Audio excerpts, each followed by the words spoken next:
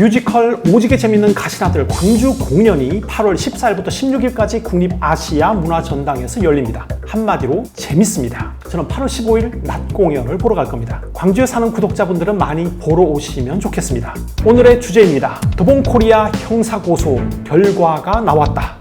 지금까지 백종원과 프랜차이즈 시리즈로 형사고소 4건, 민사소송 17건, 합해서 총 21건을 당했다고 말씀드렸습니다. 첫 번째 판결이 수원지방법원 안양지원에서 나온 대패삼겹살 1심입니다. 재판부의 판결은 결과뿐 아니라 판결문에 적시된 판단 이유까지 100% 원고 패소였습니다. 제가 이겼다는 말이죠.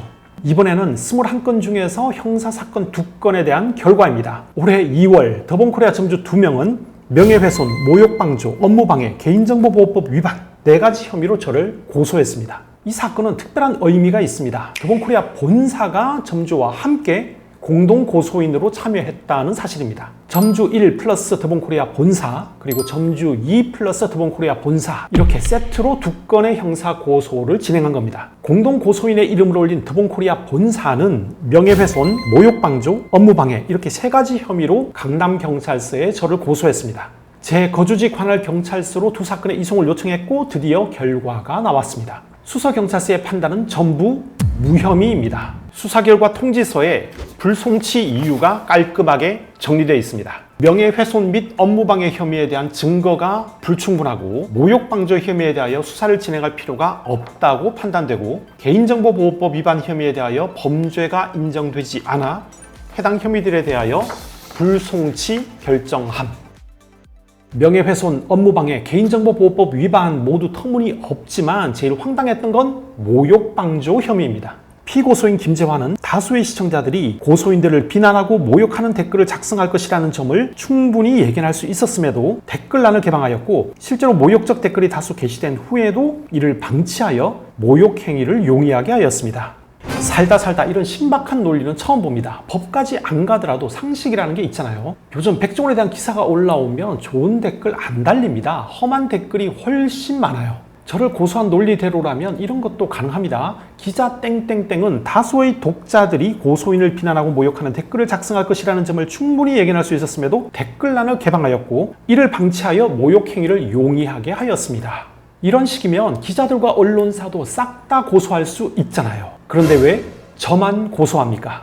백종원 관련 기사에 댓글을 쓸 수 있도록 해서 모욕 행위를 용이하게 만든 네이버 대표는 왜 고소를 안 합니까? 유튜브 댓글창 제가 개발한 게 아니잖아요. 영상에 댓글을 달 수 있는 기능을 넣어서 상시적으로 모욕을 방조하고 있는 유튜브의 모회사 구글 CEO 순다르 피차이를 고소해야지 왜 저를 고소합니까? 막 던지고 하나만 걸려라 이런 건가요? 고소가 무슨 장난입니까? 고소인 측 법률 대리인이 대패삼겹살과 곰팡이 디저트 사건을 다룬 오제나 컨텐츠에 대해서 더본코리아에 대한 명예훼손이라고 주장한 것도 현명하지 못합니다. 대패삼겹살은 백종원의 늪, 곰팡이 디저트 사건은 더본코리아 본사의 늪입니다. 대패삼겹살 1심 재판부는 원고에게 일말의 여지도 주지 않고 단호하고 명쾌한 판결을 내렸습니다. 그런데도 여전히 대패 창조주가 백종원이란 믿으며 현실을 부정하고 있어요. 이번 재판의 취지가 대패삼겹살의 최초 개발자를 따지는 게 아니었다. 그래도 여전히 백종원이 대패삼겹살 원조다. 1심 판결문을 보고도 점주 측 변호사가 이렇게 나오면 백종원의 출구를 막아버리는 겁니다. 국민적인 분노만 더 커질 뿐이에요. 깔끔하게 사과하지 않고 항소를 통해서 시간을 끌면 끌수록 점점 깊은 수렁으로 빠져들 것입니다. 백다방 곰팡이 디저트 사건도 마찬가지입니다. 이건 본사가 입이 10개라도 할 말이 없는 사건입니다. 이걸로 백다방 점주들이 제게 민사소송을 12건이나 걸었습니다. 더본코리아 부사장은 저에게 소송을 건 점주들을 보면서 뿌듯하다고 인터뷰를 했었죠.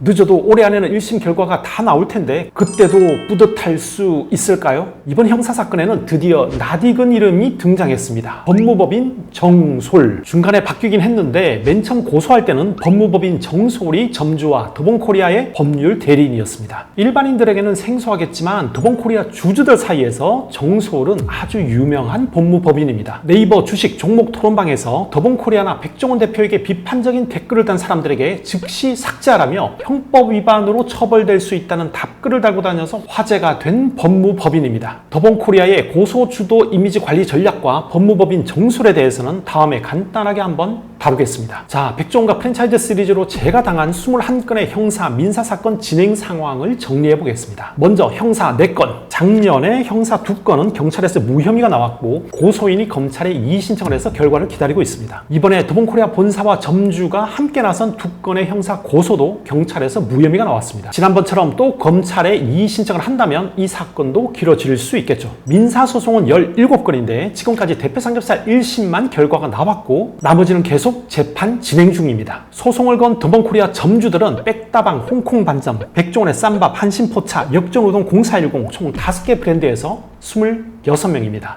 점주들은 4개의 로펌이 나누어서 대리하고 있고 저는 투마쇼 때부터 함께했던 김보람이 변호사님께 모든 걸 맡겼습니다. 당당하게 대응해서 깔끔하게 다 이기겠습니다. 이런 말도 안 되는 무더기 소송이 소비자들에게 널리 알려지면 어떤 일이 벌어질까요? 제 멘탈이 아니라 더본코리아 주가를 붕괴시키고요. 제 일상이 아니라 더본코리아 브랜드 이미지만 무너뜨릴 겁니다. 기업 이미지가 고소와 소송을 통한 입틀막으로 굳어진다면 소비자들도 지갑을 닫을 수밖에 없죠. 소송 좋아하다가 회사 망할 수도 있습니다. 지금까지 너무 많은 사람들이 백종원 측으로부터 고소당했습니다.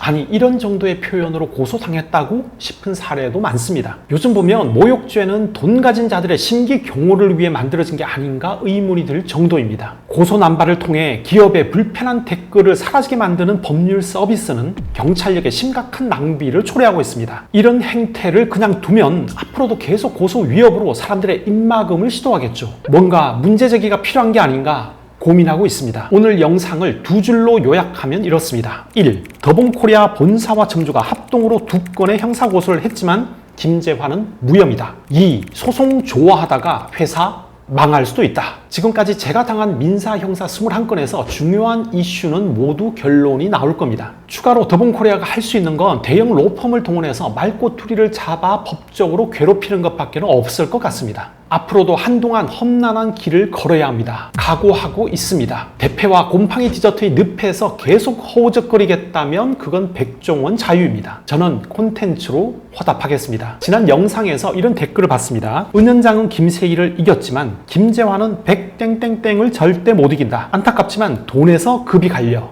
땡땡땡 돈이 너무 많아. 아니요, 이건 돈 싸움이 아니라 백종원과의 신뢰 경쟁입니다. 신뢰를 잃는 자가 모든 걸 잃는 게임입니다. 제가 대패로도 시작할 때 중요한 문제가 많은데 한가하게 대패 삼겹살 먹으러 다닌다는 말도 들었습니다. 아닙니다. 백종원에게는 대패가 핵심입니다. 한신포차 아주 중요합니다. 수십 마리의 소를 때려잡아 개발했다는 백종원의 우삼겹 창조 설화가 키포인트입니다. 신화의 새 기둥을 베어버리면 신전은 무너집니다. 앞으로의 재판 결과를 통해 백종원은 대패 삼겹살보다 훨씬 많은 것을 잃게 될 것입니다. 제가 오제나 시즌2 시작하면서 소박한 목표를 말씀드렸죠. 목표도 정했습니다.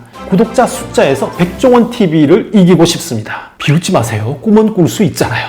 자, 구독, 좋아요는 큰 힘이 됩니다. 오제나 23만, 백종원이 601만이니까 앞으로 구독자를 578만 명만 더 모으면 됩니다. 그 정도야 뭐 전 국민의 한 12% 정도만 구독을 해주시면 뭐 달성할 수 있는 목표라고 생각을 합니다. 오제나 구독자가 늘어난 방법도 있지만 백종원 구독자가 줄어들 수도 있잖아요. 꿈은 크게 꾸겠습니다. 미래는 모르잖아요. 이 말을 한 다음에 구독자 숫자는 어떻게 변했을까요? 오제나는 23만에서 26만으로 3만 명 늘었습니다. 백종원 채널은 601만에서 590만으로 11만 명이 줄었습니다. 지난 4개월의 구독자 변화 속도가 앞으로도 계속 이어진다면 206개월이 지나면 역전이 가능합니다. 그 사이에 외계인이 쳐들어온다거나 뭐 그런 일만 없으면 2043년 10월에 오제나 구독자 숫자가 백종원 채널을 앞서게 됩니다. 상상만 해도 기분이 좋습니다. 먼저 건강부터 잘 챙기겠습니다. 제가 절친과 만든 건강 루틴에 미친 남자 김민식 영상도 많이 봐주십시오. 재밌습니다. 지난 4개월간 구독자가 겨우 3만 명 늘다니 제가 많이 부족했습니다. 다 제 탓입니다. 대패 삼겹살과 탕수육을 더 맛있게 먹었어야 됐는데 제가 잘못했습니다. 앞으로 더 맛있게 먹고 더 열심히 좋은 콘텐츠 만들겠습니다. 한마음으로 걱정해주고 응원해주신 모든 분들께 진심으로 감사드립니다. 오늘도 오지게 재밌는 하루 보내시길 빕니다.